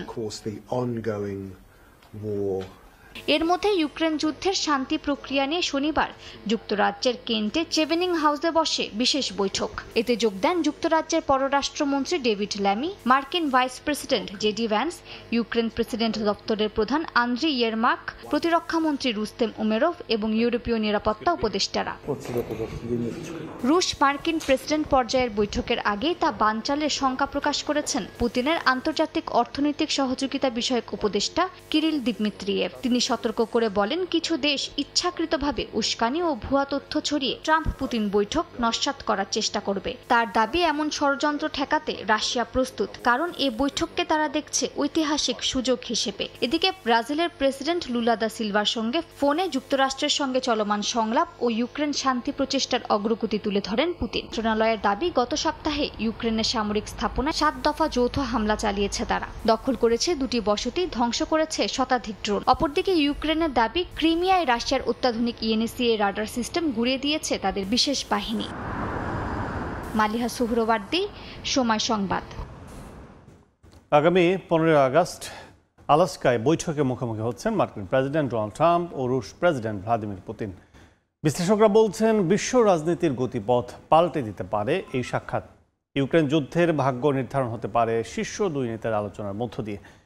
রক্তক্ষয়ী সংঘাতের মধ্যেই হতে যাওয়া এই বৈঠকের ভেন্যু নির্বাচনও এক বার্তা বহন করছে। বলা হচ্ছে, আলাস্কায় বৈঠকে বসার পেছনে আছে কূটনৈতিক ও কৌশলগত নানা দিক। আগামী 15ই আগস্ট আলাস্কায় মার্কিন ও রুশ প্রেসিডেন্টের মধ্যকার বহুল প্রতীক্ষিত বৈঠক অনুষ্ঠিত হতে যাচ্ছে। এরই মধ্যে 2 পক্ষ বৈঠকের বিষয়টি নিশ্চিত করেছে। 2 শীর্ষ নেতার বৈঠক ভূ রাজনীতির মোড় ঘুরিয়ে দিতে পারে বলে ধারণা করা হচ্ছে। ট্রাম্পের রাজনৈতিক ক্যারিয়ার ও কূটনৈতিক পরিকল্পনায় এই বৈঠকের গুরুত্ব অপরিসীম। নির্বাচনী প্রতিশ্রুতি অনুযায়ী তিনি যুদ্ধ বন্ধ করতে চেয়েছেন। শুরুতে রাশিয়ার প্রতি কিছুটা নমনীয় হলেও যুদ্ধ বন্ধের আলোচনায় অগ্রগতি না হওয়ায় কঠোর শুল্ক ও নিষেধাজ্ঞার মাধ্যমে চাপ সৃষ্টি করেছেন মস্কোর ওপর। এমন পরিস্থিতিতে বৈঠক হওয়ায় তাই এর কূটনৈতিক ও রাজনৈতিক গুরুত্ব বাড়িয়ে দিয়েছে। পুতিনের সামরিক ও রাজনৈতিক লক্ষ্য যুদ্ধের মাধ্যমে পূর্ব ইউক্রেনের নিয়ন্ত্রণ নিশ্চিত করা এবং ন্যাটোর বিস্তার রোধ। 1991 সালের সোভিয়েত ইউনিয়নের পতনকে তিনি শতাব্দীর সর্ববৃহৎ ভূ রাজনৈতিক বিপর্যয় হিসেবে উল্লেখ করেছেন বহুবার। তার ভাবনায় বিশ্বশক্তির ভারসাম্য নির্ধারণে রাশিয়ার পুরানো প্রভাব পুনরুদ্ধার অপরিহার্য। তাই ট্রাম্পের সঙ্গে আলোচনায় তিনি অধিকৃত ইউক্রেনের অঞ্চল রাশিয়ার অংশ হিসেবে দাবি করবেন এবং ন্যাটোর প্রসার বন্ধের জন্য চাপ দেবেন। বৈঠকে ইউক্রেন ও ইউরোপীয় ইউনিয়ন অনুপস্থিত থাকায় যুদ্ধ বন্ধে বাধা আসবে বলে বিশ্লেষকরা মনে করছেন। প্রেসিডেন্ট ভলোদিমির জেলেনস্কি ইউক্রেনের ভূখণ্ড ছাড়ার প্রস্তাবে রাজি নন। অধিকৃত ভূখণ্ডের দখল নিয়ে মস্কো কিয়েভ পাল্টাপাল্টি শর্ত সমঝোতার পথ কঠিন করে তুলেছে। ট্রাম্প পুতিন বৈঠক কেন যুক্তরাষ্ট্রের অঙ্গরাজ্য আলাস্কায় হবে তা নিয়েও জনমনে প্রশ্ন আছে। এই ভেন্যু নির্ধারণের পেছনে আছে কূটনৈতিক ও কৌশলগত বেশ কিছু দিক। আলাস্কা একসময় রাশিয়ার অধীনে ছিল। 1867 সালে অঞ্চলটিকে যুক্তরাষ্ট্রের কাছে বিক্রি করে দেয়া হয়। এখানে বৈঠক আয়োজন এক ধরনের প্রতীকী কূটনৈতিক মঞ্চ তৈরি করে, যা উভয় পক্ষের ইতিহাসের সঙ্গে সম্পর্কিত। যুক্তরাষ্ট্রের অঙ্গরাজ্য হলেও আলাস্কা অপেক্ষাকৃত কম ঘনবসতির এলাকা, ফলে এখানে শীর্ষ নেতাদের নিরাপত্তা নিশ্চিত করা তুলনামূলক সহজ। বিশ্লেষকরা মনে করছেন, ট্রাম্প দেখাতে চান কোনো দেশের রাজধানীতে এই বৈঠক হচ্ছে না। অঞ্চলটি এক ধরনের মিড পয়েন্ট ইমেজ দেয়, যা এর নিরপেক্ষতা বজায় রাখে। ফরহাদ চৌধুরী, সময়। লিও ও স্পেনের মাদ্রিদে তীব্র গরমে জনজীবন বিপর্যস্ত। লিওতে তাপমাত্রা পৌঁছেছে 40 ডিগ্রি সেলসিয়াসে। রাস্তার শ্রমিকদের দুর্বিষহ অবস্থা। ফ্রান্সের 28টি বিভাগে অরেঞ্জ সতর্কতা জারি করা হয়েছে। এদিকে একই অবস্থা স্পেনের মাদ্রিদেও। ফ্রান্সের লিও শহরে তাপমাত্রা 40 ডিগ্রি সেলসিয়াস ছুঁয়েছে। শহরে বিভিন্ন জায়গায় ফোয়ারায় শরীর ঠান্ডা করছে মানুষ। এই গরমে ছুটি কাটাতে এসে পর্যটকরাও পড়েছেন বিপাকে। 40 ডিগ্রি সেলসিয়াসে কাজ করতে গিয়ে হিমশিম খাচ্ছেন লিও শহরের রাজপথে কাজ করা শ্রমিকরা। বাইসাইকেলে চলাফেরা করতে গিয়ে হাঁপিয়ে উঠছেন তারা জানান গরমের সঙ্গে অভ্যস্ত হওয়া ছাড়া উপায় নেই। মেটেও ফ্রান্স শনিবার 28টি বিভাগের জন্য অরেঞ্জ সতর্কতা ঘোষণা করেছে, যা রোববার 42 বিভাগে বাড়বে। দক্ষিণ পশ্চিম অঞ্চলে তাপমাত্রা 42 ডিগ্রি পর্যন্ত উঠতে পারে। তাপমাত্রা যখন 40 ডিগ্রি সেলসিয়াসে পৌঁছায় তখন অনেক কঠিন হয়ে যায়, বিশেষ করে যখন আপনি এইরকম ভারী কাজের পোশাক পরে থাকেন। আর আমি সাইকেলও চালাই এবং রাস্তাগুলোতে বেশি ছায়া থাকে না, তাই সত্যি কষ্টকর। স্পেনে মাদ্রিদ রিও পার্কে স্থানীয় ও পর্যটকরা ফোয়ারার পাশে ভিড় করেন। মাদ্রিদ বিচ নামে পরিচিত এই পার্কে পর্যটক ও স্থানীয়রা গরম কাটানোর জন্য পানি ছোটায় মেতে উঠেছেন। সকাল পর্যন্ত অনেকেই পার্কে হাঁটাহাঁটি, ব্যায়াম ও বাইরে বসে ঠান্ডা বাতাস উপভোগ করেন। এই জায়গায় হালকা বাতাস বয়ে যায়, যা খুবই আরামদায়ক। আধা ঘন্টার মধ্যে সূর্য যখন কাছে আসবে তখন আর এখানে থাকা যাবে না। বাসায় ফেরার সময় পার্ক বেরোতে হয়, যা ভয়ঙ্কর। ফ্যানও কাজে লাগে না। স্পেনের আবহাওয়া সংস্থা জানায় এই তাপপ্রবাহ আরো কয়েকদিন পর্যন্ত চলতে পারে। মালিহা সুহরওয়ার্দী, সময় সংবাদ। যুদ্ধবিমান ভূপাতিত করার ভারতীয় দাবিকে মিথ্যা ও হাস্যকর বলে প্রত্যাখ্যান করেছেন পাকিস্তানের প্রতিরক্ষা মন্ত্রী খাজা আসিফ। 3 মাস আগে সংঘর্ষ শেষ হওয়ার পর হঠাৎ এমন দাবিকে অবিশ্বাস্য বলে আখ্যা দিয়েছেন তিনি। এর মধ্যেই পাকিস্তানি সেনাবাহিনীর দাবি করেছে তারা বেলুচিস্তানের সীমান্তবর্তী অঞ্চলে ভারত সমর্থিত 14 জঙ্গিকে হত্যা করেছে। এদিকে সীমান্ত উত্তেজনার কারণে বিমান চলাচল বন্ধ থাকায় 2 মাসে পাকিস্তানের প্রায় 410 কোটি রুপির ক্ষতি হয়েছে। গত মে মাসে সামরিক সংঘাতে পাকিস্তানের 5টি যুদ্ধবিমান ও একটি বড় সামরিক বিমান ভূপাতিত করার দাবি করেছেন ভারতের বিমান বাহিনীর প্রধান এপি সিং।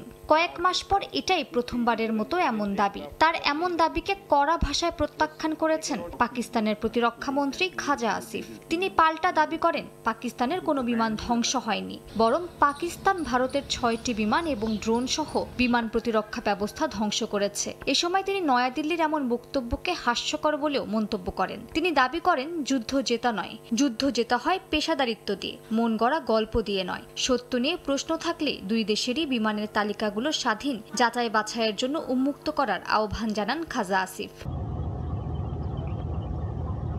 সীমান্তে নিরাপত্তা ঝুঁকি মোকাবিলায় পাকিস্তানি সেনারা গত কয়েকদিনে ভারত সমর্থিত জঙ্গিদের বিরুদ্ধে সফল অভিযান চালিয়েছে বলে দাবি করেছেন। বেলুচিস্তানের ঝোপ এলাকায় 14 জঙ্গিকে হত্যা করা হয়েছে বলে জানান তারা। পাকিস্তান সরকার এই সন্ত্রাসী গোষ্ঠীকে ফিতনা আল হিন্দুস্তান নামে উল্লেখ করছে। বিমান চলাচল নিষেধাজ্ঞায় পাকিস্তান অর্থনৈতিক ক্ষতির সম্মুখীন হয়েছে। চলতি বছর এপ্রিল থেকে জুন পর্যন্ত ভারতীয় বিমান চলাচল নিষিদ্ধ থাকায় পাকিস্তানের প্রায় 410 কোটি রুপি লোকসান হয়েছে। এ সময় ভারতের 100 থেকে 150টি বিমান দৈনিক পাকিস্তানের আকাশপথ ব্যবহার করতে পারেনি। পাকিস্তানের প্রতিরক্ষা মন্ত্রণালয় জানিয়েছে অর্থনৈতিক ক্ষতির পরও সার্বভৌমত্ব ও জাতীয় নিরাপত্তা সর্বোচ্চ প্রাধান্য পাবে। পাকিস্তানের আকাশসীমা ভারতীয় বিমানের জন্য আগস্ট মাসে শেষ পর্যন্ত বন্ধ থাকবে, আর পাকিস্তানের বিমানের জন্য ভারতেরও আকাশসীমা বন্ধ থাকবে। মালিহা সুহরওয়ার্দী, সময় সংবাদ। ইসলামের আলোকবর্তিকা বিশ্বব্যাপী ধর্মের প্রচার, এই স্লোগানে যুক্তরাষ্ট্রের পেনসিলভেনিয়ায় চলছে মুসলিম উম্মাহ অব নর্থ আমেরিকা মুনার বার্ষিক সম্মেলন। শনিবার ফিলাডেলফিয়া কনভেনশন সেন্টারে সম্মেলনের 2য় দিনে যুক্তরাষ্ট্র সহ বিভিন্ন দেশ থেকে আসা ইসলামী চিন্তাবিদ ও গবেষকরা বক্তব্য রাখেন। পেনসিলভেনিয়া থেকে বিস্তারিত হাসানুজ্জামান সাকি রিপোর্টে। উত্তর আমেরিকা প্রবাসী বাংলাদেশি মুসলমানদের সবচেয়ে বড় সংগঠন মুসলিম উম্মাহ অব নর্থ আমেরিকা মুনা সংগঠনটির 3 দিনব্যাপী বার্ষিক সম্মেলনের 2য় দিন শনিবার সবচেয়ে বেশি সংখ্যক অংশগ্রহণকারী উপস্থিত হন। বড় কনভেনশন হলে দিনভর যেমন চলে নানা আয়োজন, তেমনি ছোট বড় আরও অন্তত 10টি কক্ষে হয়েছে আলোচনা অনুষ্ঠান। বিষয়ভিত্তিক এসব আলোচনায় উঠে আসে ফিলিস্তিনি ও রোহিঙ্গা সমস্যার স্থায়ী সমাধান, সেই সঙ্গে নতুন বাংলাদেশের ভবিষ্যৎ কর্মপন্থা নির্ধারণের প্রসঙ্গ। বাংলাদেশের বিপ্লবের 1 বছর পূর্তি উপলক্ষে প্রত্যাশা এবং প্রাপ্তির উপরে আমরা আলোচনা করেছি। সবগুলা প্রত্যাশা মেটা সম্ভব না এত অল্প সময়ের মধ্যে, কিন্তু আমরা ওভারওয়েলমিংলি মনে করি যে বাংলাদেশ সঠিক ট্র্যাজেক্টরিতে আছে এবং যেই পরিবর্তনগুলোর সূচনা হয়েছে সেটা যথেষ্ট না হলে পরেও সেই প্রচেষ্টাগুলা ভবিষ্যৎ বাংলাদেশকে এগিয়ে নিয়ে যাবে। সম্মেলনে যুক্তরাষ্ট্রসহ বিভিন্ন দেশ থেকে আসা ইসলামী চিন্তাবিদ, গবেষক এবং কোরআনের নন্দিত তাফসিরকারক ও খ্যাতিমান হাদিসবিদরা বক্তব্য রাখেন। এছাড়াও ভার্চুয়াল তাফসিরে অংশ নেন জনপ্রিয় ইসলামী বক্তা ডক্টর মিজানুর রহমান আজহারি। আয়োজকরা জানিয়েছেন, ইসলামী অনুশাসনগুলো যথাযথভাবে পালনের মাধ্যমে একটি ন্যায় ও জ্ঞানভিত্তিক সমাজ ও দেশ প্রতিষ্ঠা করা তাদের লক্ষ্য। আমাদের এখানে বাংলাদেশি মুসলিম যারা আছে এবং মুসলিম ইন জেনারেল, তাদের ভিতরে যে ব্রাদারহুড, ভ্রাতৃত্ববোধ, সেটাকে যাতে আমরা স্ট্রঙ্গার করতে পারি, আমাদের নেক্সট জেনারেশন যাতে করে ইসলামের পথে থাকতে পারে আমেরিকাতে, সেটা আমাদের মৌলিক গোল। সম্মেলন স্থলে খোলা প্রাঙ্গণ জুড়ে বিশাল এক্সপোর আয়োজন করা হয়। সেখানে চ্যারিটি সংগঠনগুলো বিশ্বের নিপীড়িত মুসলমানদের কল্যাণে তহবিল সংগ্রহ করেছে। এছাড়াও শাড়ি, গয়না সহ বিভিন্ন পণ্যের পসরা সাজিয়ে বসেন দোকানিরা। সেসব স্টলগুলোতেও ছিল উপচে পড়া ভিড়। মুনার অষ্টম বার্ষিক সম্মেলনের দ্বিতীয় দিন শনিবার 20,000 ধর্মপ্রাণ মুসলমান অংশগ্রহণ করেছেন। এসেছেন বিভিন্ন বয়স এবং শ্রেণী ও পেশার মানুষ। যুক্তরাষ্ট্রে স্থানীয় সময় রোববার শেষ হবে 3 দিনের এই সম্মেলন। হাসানুজ্জামান সাকি, সময় সংবাদ, ফিলাডেলফিয়া সেন্টার, পেনসিলভেনিয়া, যুক্তরাষ্ট্র। এশিয়া কাপ ও ঘরের মাঠে নেদারল্যান্ডস সিরিজ সামনে রেখে জাতীয় স্টেডিয়ামে ফিটনেস টেস্ট দিচ্ছেন জাতীয় দলের ক্রিকেটাররা। সেখানে আছেন রিপোর্টার তামিম হাসান, সরাসরি যাচ্ছি তার কাছে। চলছে ক্রিকেটারদের গুরুত্বপূর্ণ ফিটনেস টেস্ট। গেল দুদিন কিন্তু ফিটনেস ট্রেনিং করেছিল মিরপুর শেরেবাংলা ক্রিকেট স্টেডিয়ামে। সেখান থেকে দুদিন ফিটনেস ট্রেনিংয়ের পর আজকে কিন্তু তাদের মূল পরীক্ষাটা আজকে ন্যাশনাল স্টেডিয়ামে দিচ্ছে ক্রিকেটাররা। আমরা দেখেছি যে আজকে গতকালকে লিটন দাসের ছুটির সময় শেষ হয়েছে, আজকেও কিন্তু তিনি এই ফিটনেস টেস্টে যোগ দেননি অধিনায়ক। এর আগে আমরা যদি বলি যে ক্রিকেটাররা আজকে সকাল 7টা নাগাদ এই ন্যাশনাল স্টেডিয়ামে এসেছেন এবং কিছুক্ষণ আগে তারা স্ট্রেচিং করেছেন।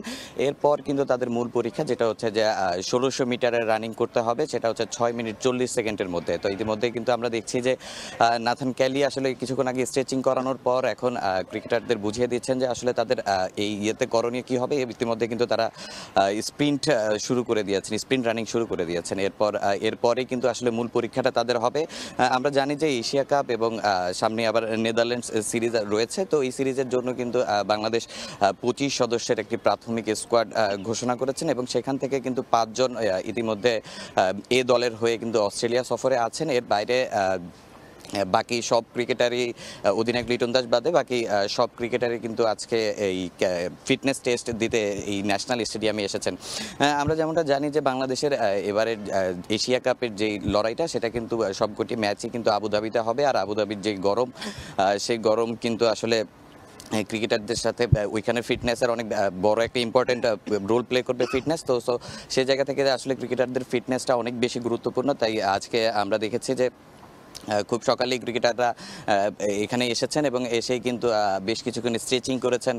ওয়ার্ম আপ সেশন শেষে কিন্তু এখন আসলে মূল যেই ফিটনেস পরীক্ষাটা সেটা শুরু করেছেন এবং স্টপ ওয়াচ ধরে রেখেছেন ট্রেনার নাথান ক্যালি। সে কিন্তু আসলে ক্রিকেটারদের আসলে এই যেহেতু একটা লম্বা সফর সামনে, সব কিছু মিলিয়ে এশিয়া কাপ তার আগে আবার নেদারল্যান্ড সিরিজ 30 আগস্ট 20 তারিখ কিন্তু আসলে ওইখানে সিলেটে যে ম্যাচ ভেন্যু, সেই সিলেটে যাবে ক্রিকেটাররা। তার আগে কিন্তু আসলে নতুন পাওয়ার হিটিং কোচের যে জুলিয়ান উড রয়েছেন, তিনি কিন্তু ইতিমধ্যেই ঢাকায় এসেছেন এবং তার অধীনে 15 তারিখ থেকে ক্রিকেটাররা কিন্তু স্কিল ক্যাম্প শুরু করবে। সো আজকে ক্রিকেটারদের ফিটনেস টেস্ট সকাল 9টা পর্যন্ত চলার কথা রয়েছে। ইতিমধ্যে কিন্তু যেহেতু দেখছি আমরা যে আসলে ক্রিকেটাররা তাদের ফিটনেসটা ঝালিয়ে নিচ্ছেন, কারণ এশিয়ার মঞ্চে ভালো করতে হলে ফিটনেস অবশ্যই ভালো রাখতে হবে। আর বিসিবি থেকেও কিন্তু বলা হয়েছে ফিটনেসের গুরুত্বটা কিন্তু অপরিসীম ক্রিকেটারদের। সো সেই জায়গা থেকে কিন্তু ক্রিকেটাররা নিজেদের যেভাবে প্রস্তুত করা প্রয়োজন সেভাবে প্রস্তুত করছেন। তবে আজকের এই ফিটনেস ট্রেনের পরীক্ষাটা কিন্তু ক্রিকেটের জন্য অনেক গুরুত্বপূর্ণ একটা বিষয় হবে, কারণ এবং এই ক্রিকেটাররা কিন্তু আসলে এখানেই আসলে তাদের মূল পরীক্ষাটা দেবেন যে আসলে কিভাবে তারা এশিয়া কাপের মতো মঞ্চের জন্য প্রস্তুত হয়েছেন। তো জাতীয় স্টেডিয়াম থেকে বাংলাদেশ ক্রিকেট দলের ফিটনেস টেস্ট নিয়ে এই ছিল আমার কাছে সবশেষ তথ্য। এখন সরাসরি ছিলাম জাতীয় স্টেডিয়ামে। বিগত সময়ে বিসিবির সঙ্গে অর্থ জালিয়াতের তালিকা করেছে বোর্ড। শিগগির আইনি ব্যবস্থা নেওয়া হবে তাদের বিরুদ্ধে। বোর্ড সভায় এ বিষয়ে সিদ্ধান্ত নেওয়া হয়েছে বলে জানান মিডিয়া কমিটির চেয়ারম্যান ইফতেখার রহমান মিঠু। এখনও চূড়ান্ত হয়নি বিপিএলের স্পোর্টস ম্যানেজমেন্ট কোম্পানি, নির্ধারণ হয়নি আসন্ন বিপিএলের ফ্রাঞ্চাইজিও। নারী ফুটবল দলের অধিনায়ক ঋতুপর্ণা চাকমার গ্রামের বাড়ি নির্মাণ করে দেওয়ার সিদ্ধান্ত নিয়েছে বিসিবি। নানা ইস্যুতে বোর্ড সভায় বিসিবি পরিচালকরা। দেশের বাইরে থাকায় সভাপতি আমিনুল ইসলাম বুলবুল যুক্ত হলেন অনলাইনে। তবে দেশে থেকেও সভায় সশরীরে উপস্থিত ছিলেন না আকরাম খান, কাজী ইনাম, মঞ্জুরুল আলম।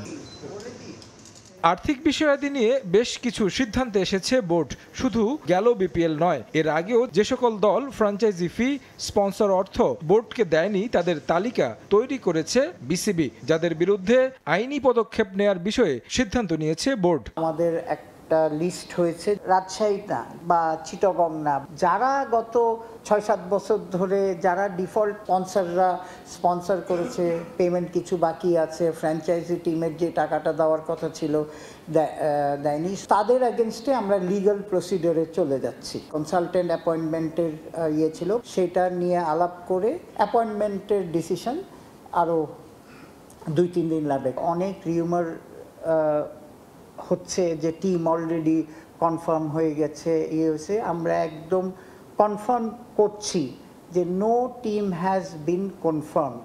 বাংলাদেশে শেষ হচ্ছে কিউরেটর গামিনী ডিসিলভার অধ্যায়। টনি হ্যামিং কাজ করবেন আন্তর্জাতিক ভেন্যুগুলো নিয়ে। জাতীয় লিগে যুক্ত হচ্ছে নতুন দল ময়মনসিংহ, বাদ যাবে ঢাকা মেট্রো। নারী ফুটবল দলের অধিনায়ক ঋতুপর্ণা চাকমার গ্রামের বাড়ি নির্মাণ করে দেওয়ার সিদ্ধান্ত নিয়েছে বিসিবি। নেক্সট বিপিএল আইসিসিকে আমরা অ্যাপয়েন্ট করা হচ্ছে to run. Women football team আছে, ক্যাপ্টেন ঋতুপর্ণা চাকমার গ্রামে যা তার বাসাটা আছে সেটা আমরা বিল্ড করে দিব। টনি হেমিংসকে যে আগে আপনারা জানেন যে কাজ করতো বাংলাদেশে, তাকে 2 বছরের জন্য আনা হচ্ছে। বোর্ড সভায় আলোচনা হয়নি এফডির অর্থ উত্তোলন করতে না পারা নিয়ে। তবে দুদকের দেয়া চিঠির জবাব দিতে কাজ করছে বিসিবির আইনজীবীরা। তারেক হাসান শিমুল, সময় সংবাদ, ঢাকা। বিপিএলকে ডিসেন্ট্রালাইজ করতে খুলনা, বরিশালের পর এবার রাজশাহী স্টেডিয়ামকেও সংস্কার করতে চায় যুব ও ক্রীড়া মন্ত্রণালয়। বিসিবি চাহিদাপত্র পেলেই ক্রীড়া পরিষদ কাজ শুরু করবে বলে জানিয়েছেন উপদেষ্টা আসিফ মাহমুদ সজীব ভূঁইয়া। এদিন নাটোরে 14টি মিনি স্টেডিয়াম উদ্বোধন করেছেন তিনি। প্রান্তিক পর্যায়ে খেলাধুলার মান উন্নয়ন মন্ত্রণালয় আরও উদ্যোগী হবে বলে আশাবাদ ব্যক্ত করেছেন ক্রীড়া উপদেষ্টা। আসন্ন বিপিএল নিয়ে চর্চা চলছে অনেকদিন ধরেই। নতুন আঙ্গিকে এবারের আসর সাজানোর পরিকল্পনার উদ্যোগ নিয়েছে বিসিবি, যেখানে নতুন আরও একটি ভেন্যু যোগ করা নিয়েও চলছে আলোচনা। তবে বাড়তি কোন ভেন্যুতে হবে এবারের বিপিএল তা এখনও নিশ্চিত করেনি ক্রিকেট বোর্ড। এবারের বিপিএল এর জন্য বরিশাল ও রাজশাহী স্টেডিয়াম পছন্দের তালিকায় রেখেছিল বিসিবি। এই দুই ভেন্যুর যে কোনো একটিতে করাবে ফ্রাঞ্চাইজি লিগের ম্যাচ। তবে বরিশালের জীবনানন্দ দাস স্টেডিয়ামে এখনও সংস্কার কাজ শেষ করতে পারেনি জাতীয় ক্রীড়া পরিষদ। সব সংস্কার কাজ শেষ পর্যায়ে থাকলেও ঠিকাদারের গোয়ার্তুমিতে আউটফিল্ড পুনরায় সংস্কারে নামে এনএসসি। আর এতেই বিপিএল এর ম্যাচ আয়োজনের সম্ভাবনাও ফিকে হয়ে যায় বরিশালে। এদিকে স্পোর্টিং উইকেট আর আউটফিল্ড বিবেচনায় এগিয়ে রাজশাহী। ঘরোয়া ক্রিকেটের অনেক ম্যাচও অনুষ্ঠিত হয়ে আসছে রাজশাহী বিভাগীয় স্টেডিয়ামে। তবে কিছু সংস্কার প্রয়োজন বিপিএল এর ম্যাচ আয়োজনের জন্য, জানিয়ে ইতোমধ্যে বিসিবির প্রতিনিধি দল পর্যবেক্ষণ করেছে স্টেডিয়ামটিতে। ক্রিকেট বোর্ডের গ্রিন সিগন্যাল পেলেই ভেন্যু সংস্কারে নামবে এনএসসি। এখন পর্যন্ত বিসিবি ভেন্যু নির্বাচন নিয়ে সুস্পষ্ট বার্তা না দিলেও বিসিবিতেই হবে এবারের বিপিএল এর নতুন ভেন্যু, এমনটা ইঙ্গিত দিয়েছেন যুব ও ক্রীড়া মন্ত্রণালয়। সামনের বছর থেকেই বিপিএল আয়োজনের উদ্যোগ নিয়েছে। ইতিমধ্যেই আপনারা জানেন এখানে বিসিবির দায়িত্বশীলরা এসেছিলেন এবং ওনাদের থেকে এনএসসি ফিডব্যাক নেবে যে কি কি সংস্কার করার প্রয়োজন এবারের বিপিএল এখানে আয়োজন করার জন্য, এবং সে অনুযায়ী আমরা সংস্কার শেষে বিপিএলটাই আশা করি রাজশাহী স্টেডিয়ামে এবারে বিপিএল এর কয়েকটি ম্যাচ আয়োজন করতে পারবো। এদিকে নাটোরে 14টি মিনি স্টেডিয়াম উদ্বোধন করেন ক্রীড়া উপদেষ্টা আসিফ মাহমুদ সজীব ভূঁইয়া। প্রান্তিক পর্যায়ে খেলাধুলার মান উন্নয়নে মন্ত্রণালয় আরও উদ্যোগী হবে বলে আশাবাদ ব্যক্ত করেন তিনি। দেশের প্রতিটি উপজেলায় মিনি স্টেডিয়াম স্থাপন করার কথাও জানান তিনি। আমরা সরকারের পক্ষ থেকে আরও বেশি টুর্নামেন্ট আরও বেশি খেলার সুযোগ কীভাবে করে দেওয়া যায় সে বিষয়ে যথাযথ উদ্যোগ গ্রহণ করছি। এবং আপনারা জানেন যে গত বছর এবছরের শুরুতে তারুণ্য উৎসবে আমরা হাজার হাজার ইভেন্ট আয়োজন করেছি এবং সেখানে আমরা অভূতপূর্ব অংশগ্রহণ পেয়েছি। আগামী বছর তারুণ্যের উৎসব প্রতিটি উপজেলায় ছড়িয়ে দিতে চান ক্রীড়া উপদেষ্টা। রিফাতুল ইসলাম মিরন, সময় সংবাদ। এশিয়ান কাপের মূল পর্ব নিশ্চিতের মিশনে গ্রুপ পর্বের শেষ ম্যাচে দক্ষিণ কোরিয়ার চ্যালেঞ্জ নেবে বাংলাদেশ দল। জয় কিংবা ড্র করলেই গ্রুপ চ্যাম্পিয়ন হয়ে মূল পর্বের টিকিট নিশ্চিত করবে লাল সবুজ।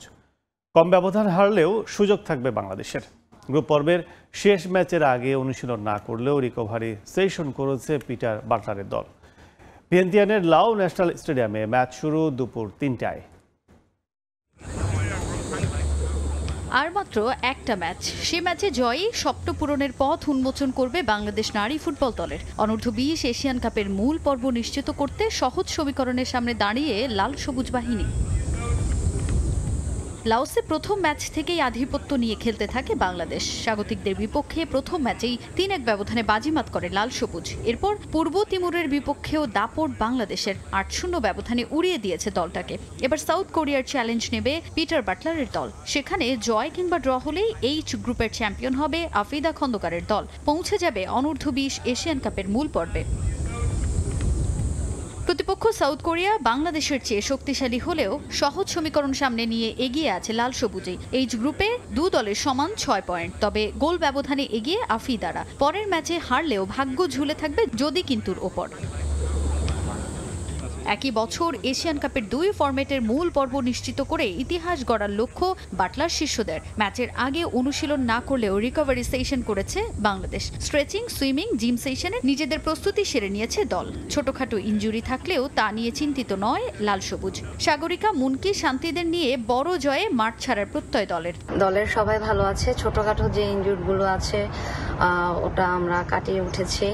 আর টেকনিক্যাল ব্যাপারে কোচ হচ্ছে মিটিং আছে, রিকভারি সেশন ছিল, সুইমিং ছিল, স্টিচিং ছিল।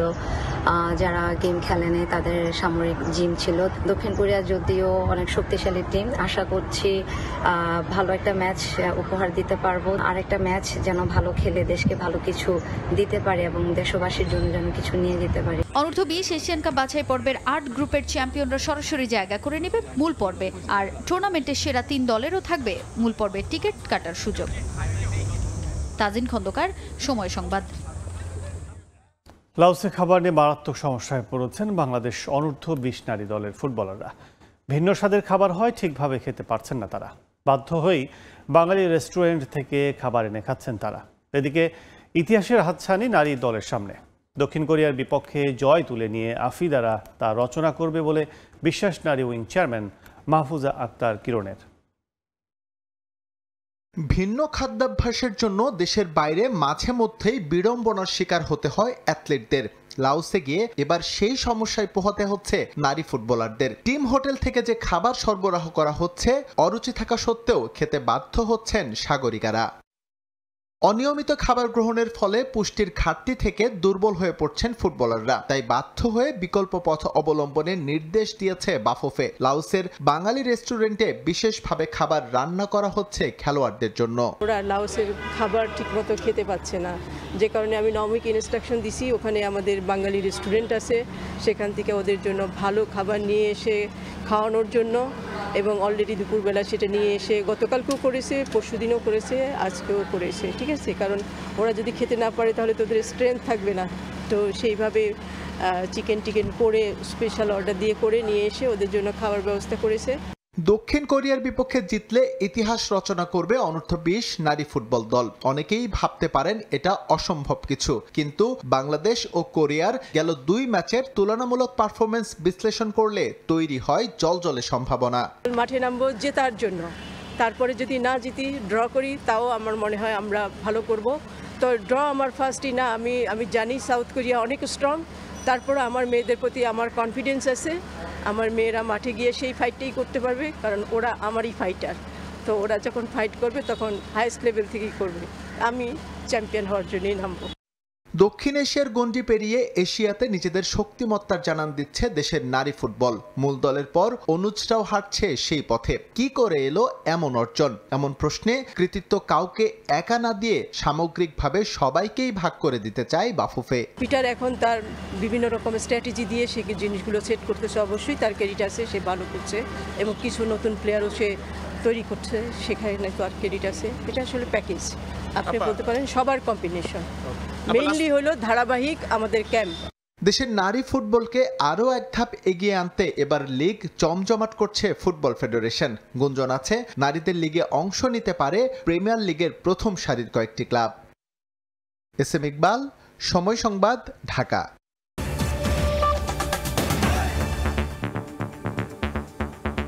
এই ছিল ভোরের সময়, সঙ্গে থাকুন সময়।